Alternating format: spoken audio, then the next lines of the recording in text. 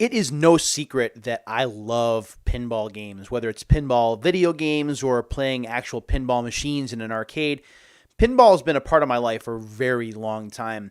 I remember going to my aunt and uncle's house when I was very young, and they had a Hocus Pocus table there, a Hocus Pocus pinball machine there. And it was electromechanical, didn't have an LED scoreboard. So when you got to 100,000 points, the score would roll over, and there would be a loud buzzer that would sound. It would say over the top, across the top. So you knew that you really accomplished something special. Of course, playing the game, you didn't have to put any quarters in. It was free play, so you could play as much as you wanted, and that's what I did. And that's how I really sharpened my teeth when it came to pinball games. I played a lot of pinball machines at local mall arcades, games like High Speed, Pinbot, F-14 Tomcat, Big Guns, you name it, I played it. As long as there was a machine there, I was more than happy to put a few quarters or tokens in as long as I had them.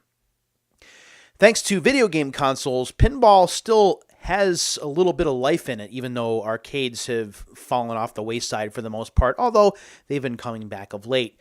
I remember playing for my NES versions of Pinbot and High Speed, and although they were different from the arcade and that there were different obstacles in the game, you could still play them and get the feel of playing in the arcade.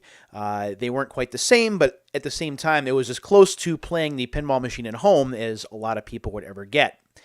Then when we got to the PlayStation era, there were games like Pro Pinball and Extreme Pinball that gave us unique or original pinball tables that gave us the feel or illusion of playing pinball while at the same time having very original kinds of themes. And those were pretty neat.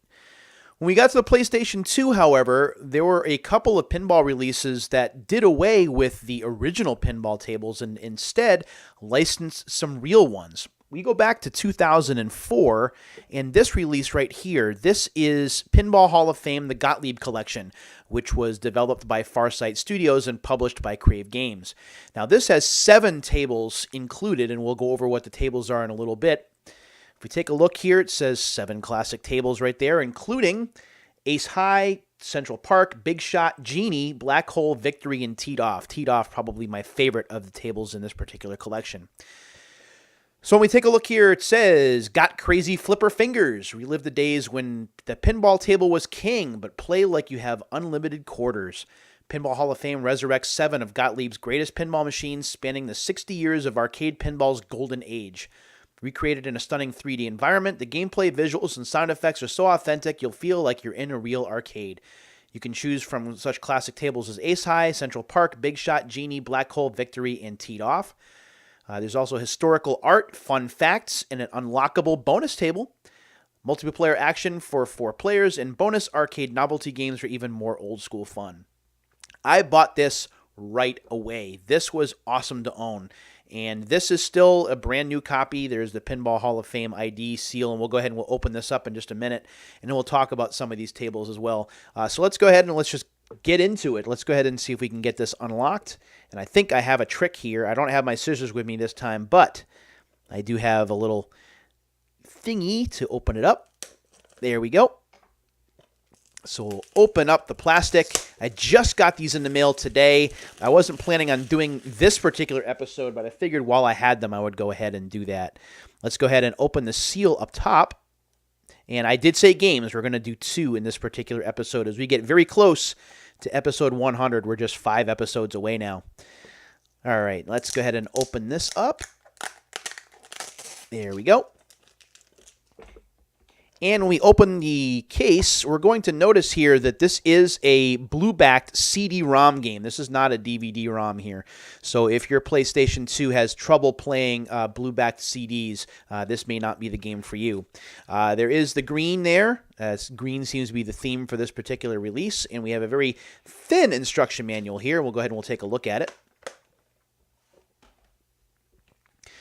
The manual is in black and white, unfortunately, and is not very detailed. I don't like the font used to go over some of the pinball machines.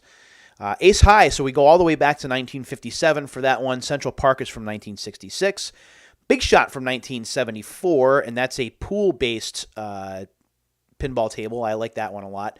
Genie from 1979. I remember playing that. I sucked at that game. The table is pretty wide. It's a fairly large pinball table. Lots of different flippers, and it's very easy for the pinball to drain in that particular game.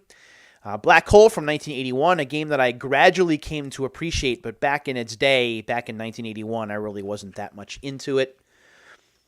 Victory from 1987, as the machines tended to get more modern. I still wasn't a fan of that one, although it's a racing motif, so that's kind of cool. And then my favorite from 1993, Teed Off, a game that I did play at a bowling alley a few times, and I really, really enjoyed it. And that is obviously golf-related, where you're going to deal with some golfers and things. So those are the tables that are included. There are unlockable features such as tournament mode, which is here. Zoltan, which is like a fortune teller kind of deal. Custom balls, a love meter, the Gottlieb factory tour, and the Playboy table is the one that is unlockable here as well. The thing that I remember about this particular game is that it is kind of buggy. Ball physics sometimes are a little iffy. The ball sometimes would jump off the table and not reappear. So it was Farsight's first shot at pinball, and I think that they did okay. It could have been better, but still, I think that this is a decent add for your collection, and I was able to get this for $5. Shipping not included, of course, but $5 for a brand new copy means you should probably pay about that to be able to get a complete copy for your PS2. All right, so I did say games, did I not? And that is because I have one more pinball compilation to open up for you.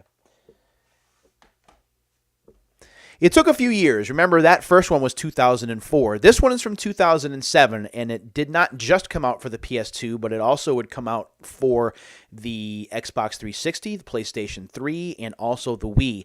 This is Pinball Hall of Fame, the Williams Collection, and yes, that's Funhouse being displayed right there.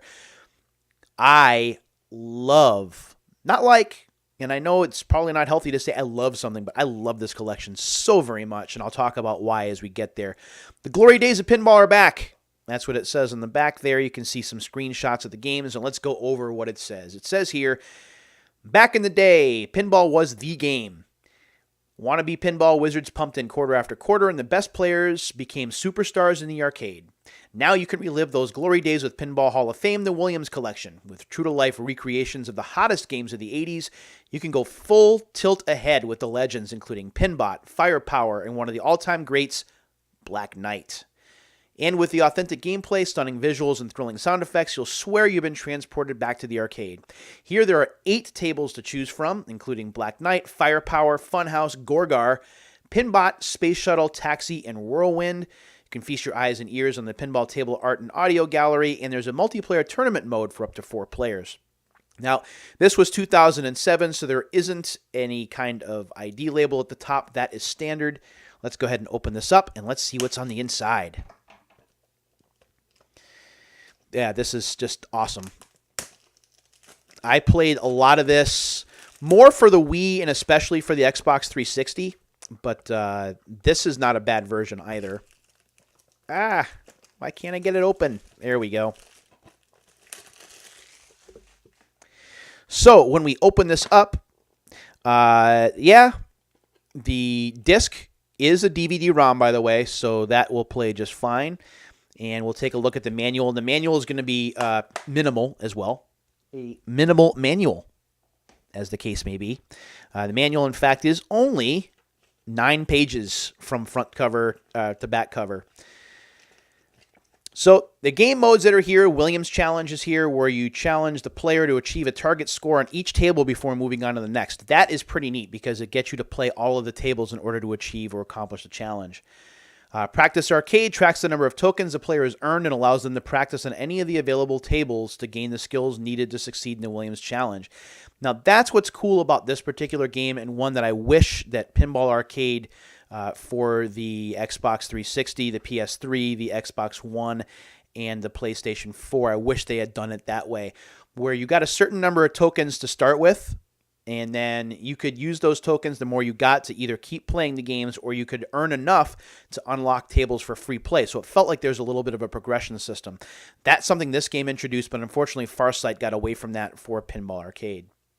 There are also tournaments here as well. Tournaments use a tournament format that is standard for most championships. The first replay score of each table is divided by 10 and equals 1 tournament point. So there's a little bit of math that goes into it, but it's certainly an interesting way to attack these tables, and especially if you're playing with other players, it's a great way to test your skill. When starting Pinball Hall of Fame, the Williams Collection, only 3 tables are unlocked for free play mode in the Practice Arcade. The other tables require you to spend credits to play. That's what I was talking about before. When you earn enough credits, you can go ahead and use those credits en masse to unlock each of the other tables for free play, which is kind of cool. So again, the tables, refreshing us one more time. Gorgar from 1979. This is a table that I played when I first moved to Connecticut in 1981-ish. The Duckpin Bowling Alley arcade that I went to, and I've talked a little bit about this in stream before, had both Gorgar and Berserk. So there were 2 machines that talked to you, and I always thought that was really cool back in 1981. So that's Gorgar. A pretty difficult table, but nonetheless a fun one to play. Firepower from 1980 is another one that will definitely test your mettle and has some sound effects that will sound familiar to those of you who are Williams arcade game fans like Defender, for example. Black Knight from 1980, again, a beloved table, one that spawned not 1 but 2 sequels, the newest sequel just coming out recently. That game's a lot of fun, a little bit on the easy side, at least in my opinion, but still a lot of fun to play. Space Shuttle from 1984. Another one that I struggled with initially and kind of didn't appreciate until I got older, but once I really got into the table and understood the ins and outs, I really did appreciate it. Pinbot from 86. I can't say enough good things about that table. More talking, which I liked. I liked the science fiction / robotic motif of the table. The table is very challenging. There is multi-ball here, which will definitely keep you on your toes. It is fun to play. Taxi from 1988 contains some pop culture humor, so if you weren't around in the late 80s, you might not appreciate some of the humor that's in the game, but nonetheless, it is a lot of fun to play. Whirlwind from 1990 is one of my favorite tables of all time because I'm a weather geek and also because the game lends itself to high scoring, which I really like. And Funhouse from 1990, which features Ed Boon as Rudy, the Funhouse guy. You'll hear Ed Boon's voice a lot when you're playing that particular game. And that is it. Those are the tables that are here. The Williams Collection, like I said, was PS2 and Wii at first. Came out for the Xbox 360 and the PS3, and it was a lot of fun to play on those, especially with trophies and or achievements. And then later on, Farsight would get away from the Pinball Hall of Fame branding and would introduce something called the Pinball Arcade, which was a platform where there would be tables added every so often that you could buy. This gave us a chance to play tables for the first time at home, like Star Trek The Next Generation, The Addams Family, and Terminator 2 as well. Those tables were available on Xbox 360, PlayStation 3, PlayStation 4, Xbox One, iOS phones and tablets, Android phones and tablets. Unfortunately, however, Farsight lost the Williams license. That went over to Zen Studios, who has done a phenomenal job bringing their version of the tables to the forefront. And if you can play those on Pinball FX3, I highly recommend them as I play them on stream, as you've probably seen quite a bit. So, those are a look at 2 pinball compilation discs for the PS2. They are available for other systems as well. I do recommend checking them out. They are not very expensive. They are a lot of fun to play. As a matter of fact, you'll be surprised with how many hours you'll sink into these games if you allow yourself the time to do so. If you played either of these compilations or just pinball in general, now is the time. If you haven't chimed in with me on stream before, I'd love to hear from you talking about your experience with them. I'll certainly be talking more pinball as I do streaming in the coming days and months. But in the meantime, that is it for this episode of Unsealed, number 95.